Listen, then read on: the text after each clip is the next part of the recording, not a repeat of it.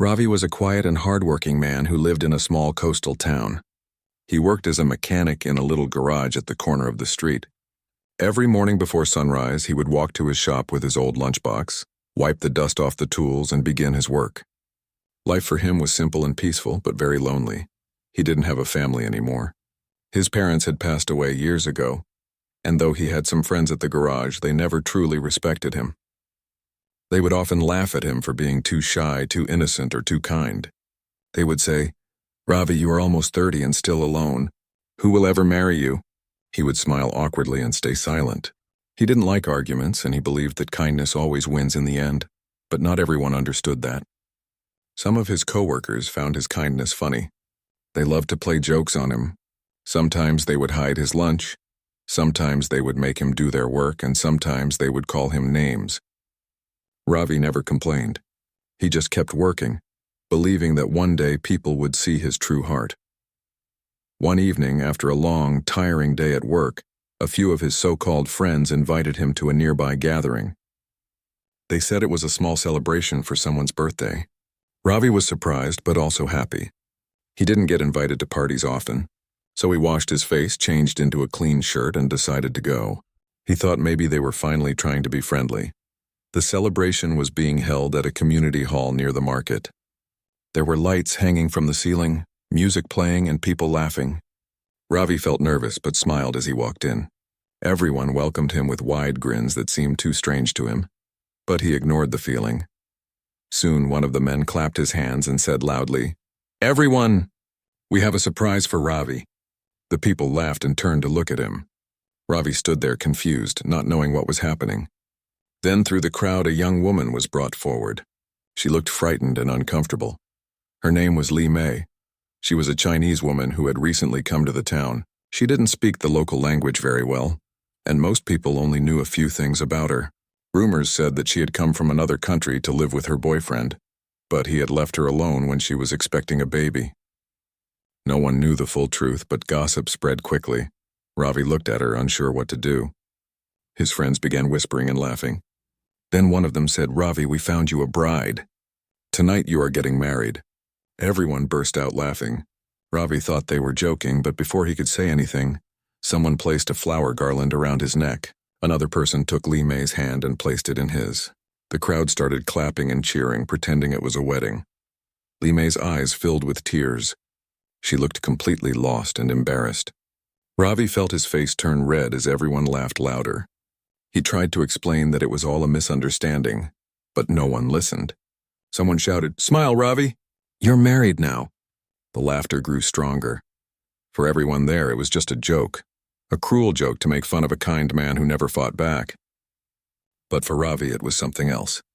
He looked at the young woman standing beside him, trembling, tears running down her face. He saw the pain in her eyes, the humiliation she was feeling, and his heart broke. When the party was finally over, people began to leave. Some patted him on the back, still laughing, while others teased him about his marriage. Li Mei stood quietly in a corner, not knowing where to go. Ravi slowly walked up to her and said softly, "Don't cry. I know this was wrong. I'm sorry for what they did." She didn't understand all his words, but she could feel the warmth in his tone.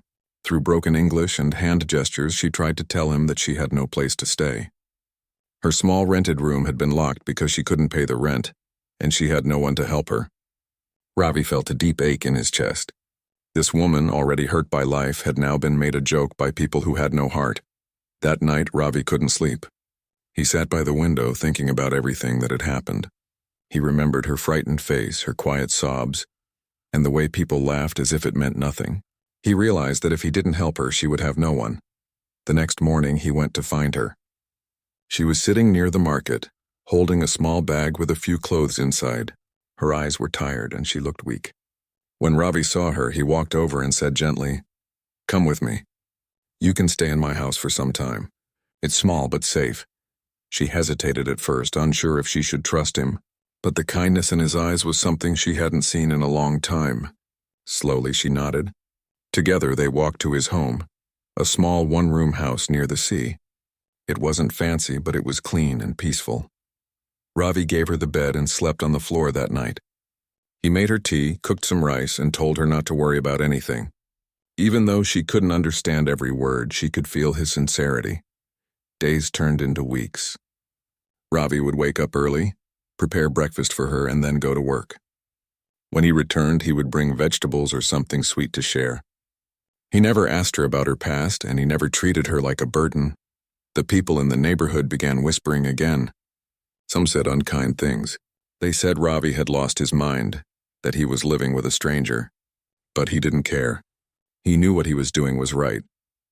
One evening, when he came home from work, he found her crying softly. She showed him a picture of a man on her phone, her boyfriend who had left her.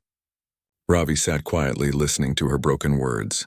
She said she had believed that man would marry her, but he disappeared, leaving her with nothing. Ravi didn't say much.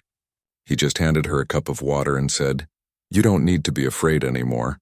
You're safe here." That simple sentence made her cry even more, not out of sadness, but because for the first time in months, someone had spoken to her with kindness, not judgment. A few days later, she told him through gestures that she wanted to help around the house. She began cleaning, cooking, and even tried to learn a few local words. Ravi smiled whenever she tried to speak his language, and slowly, a quiet friendship began to grow between them. One afternoon, when Ravi's old friends came by his house, they were shocked. They saw Lime sitting on the porch smiling politely and Ravi fixing her chair. They joked again, but this time Ravi didn't laugh. He simply said, "She's staying here because she needs a home. Please don't make fun of her again." His calm but firm voice silenced them for the first time. That night, as he sat by the lamp fixing an old clock, Ravi thought about how strange life could be. The people who called him weak had forced him into something as a joke. But that same joke had given him a reason to care, to protect, and to show love without expecting anything in return. He didn't know what the future would bring. He didn't know if Lime would ever love him, or if she would leave someday. But deep down, he felt that fate had brought her into his life for a reason. That night, before going to sleep, he whispered a silent promise to himself, that no matter what people said, he would never let anyone hurt her again. And from that moment, what started as a cruel joke began to turn into something quietly beautiful, a story that neither of them had expected, but both needed in their own way. Time passed slowly but peacefully in Ravi's small home by the sea. The days were quiet, filled with the sound of the waves and the smell of salt in the air. Lime was now more comfortable living there. She smiled more often, and though her English was still broken, she could communicate enough to make their daily life easier. Ravi treated her with great respect. He never asked her about her past unless she wanted to talk. He spoke softly, always careful with his words, and tried to make her feel like she belonged.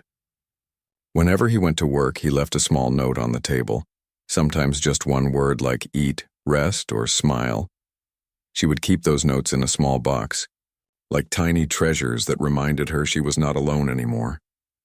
Months passed, and soon Lime gave birth to a beautiful baby girl. It was a stormy night when the baby came. The wind howled and the rain hit the windows hard. Ravi rushed her to the nearby clinic on his old motorbike. He held her hand the entire way, telling her not to be afraid. When the baby cried for the first time, Ravi's heart melted. He stood there watching the little bundle wrapped in a white cloth.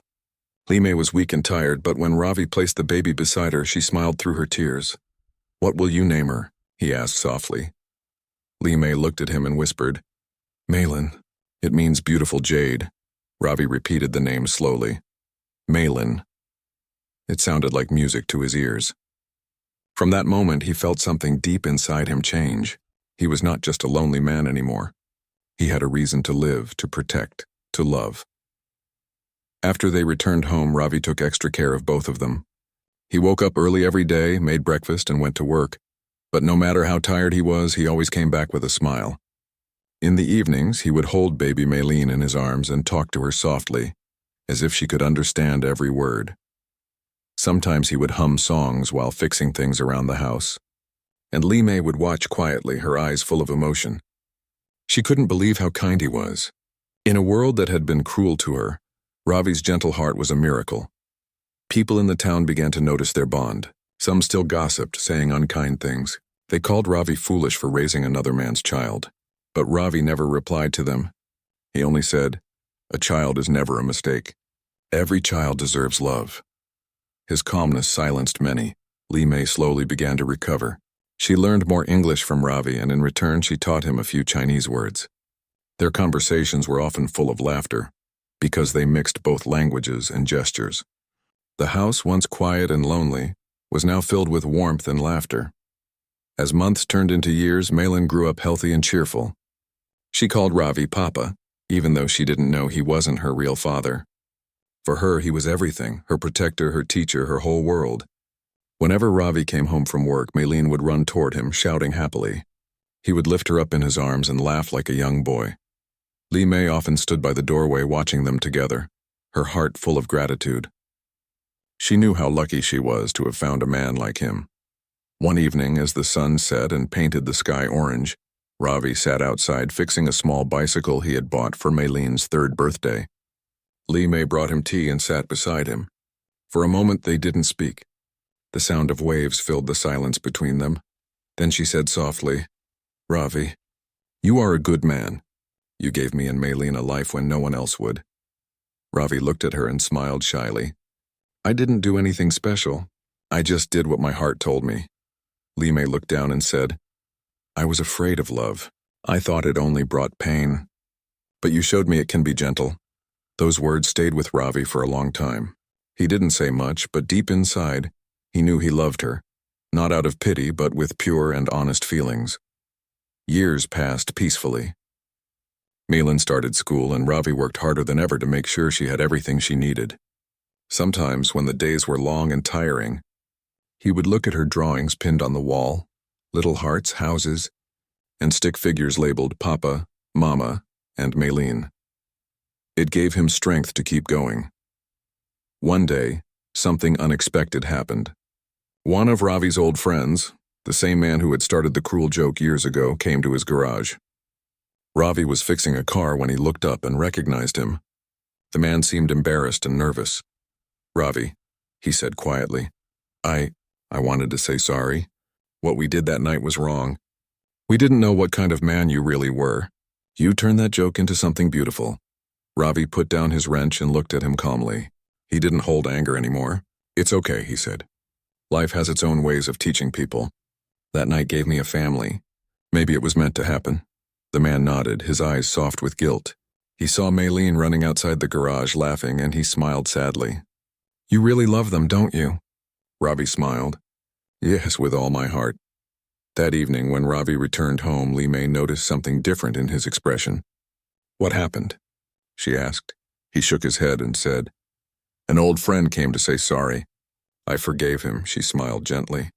"You have a big heart, Ravi." He looked at her, his eyes calm and full of warmth. "When you love people, forgiveness becomes easy." Their life continued in quiet happiness. They never had much money, but their home was full of peace and love. On weekends, they would walk along the beach, Malin collecting shells while Ravi and Li Mei watched her play.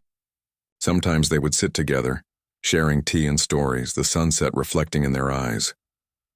One evening, Malin came to Ravi and asked, "Papa, did you love Mama when you first met her?" Ravi smiled, surprised by her question. "Love takes time, little one," he said gently. "Sometimes it hides behind pain, but if you're patient, it shows itself." Li Mei, who was listening from the kitchen, felt her eyes fill with tears. She realized that what started as a painful joke had turned into a story of grace and courage. Many years later, when Malin grew older and learned the truth about how her parents met, she was shocked. She couldn't believe that a prank could bring two broken people together. She once asked her father, "Weren't you angry that they tricked you?" Ravi smiled and said, "At first, yes. But then I realized something. Life gives us unexpected chances." That night, everyone else saw a joke, but I saw a woman who needed love and a baby who needed protection. If that was a mistake, then I never want to be right. Li Mei stood beside him, holding his hand. Her eyes glistened as she whispered, "You were my angel when the world turned its back on me." From then on, Ravi's story became known in their town. People who once laughed at him now respected him deeply. They said he was proof that love could grow even from pain, and kindness could turn any darkness into light. Years later, when Ravi grew old and his hair turned gray, he would often sit on the same porch where he once fixed Malin's bicycle. He watched her play with her own children, and Li Mei would sit beside him, still holding his hand. He often said softly, You know, Lee May, they forced me to marry you as a joke. But you became my greatest blessing. And every time, she would smile, lean her head on his shoulder, and say, sometimes love doesn't come the way we expect, it comes the way we need. And in that small seaside home, where laughter once turned into love, Ravi and Lee May spent their lives proving that real kindness can heal even the deepest wounds.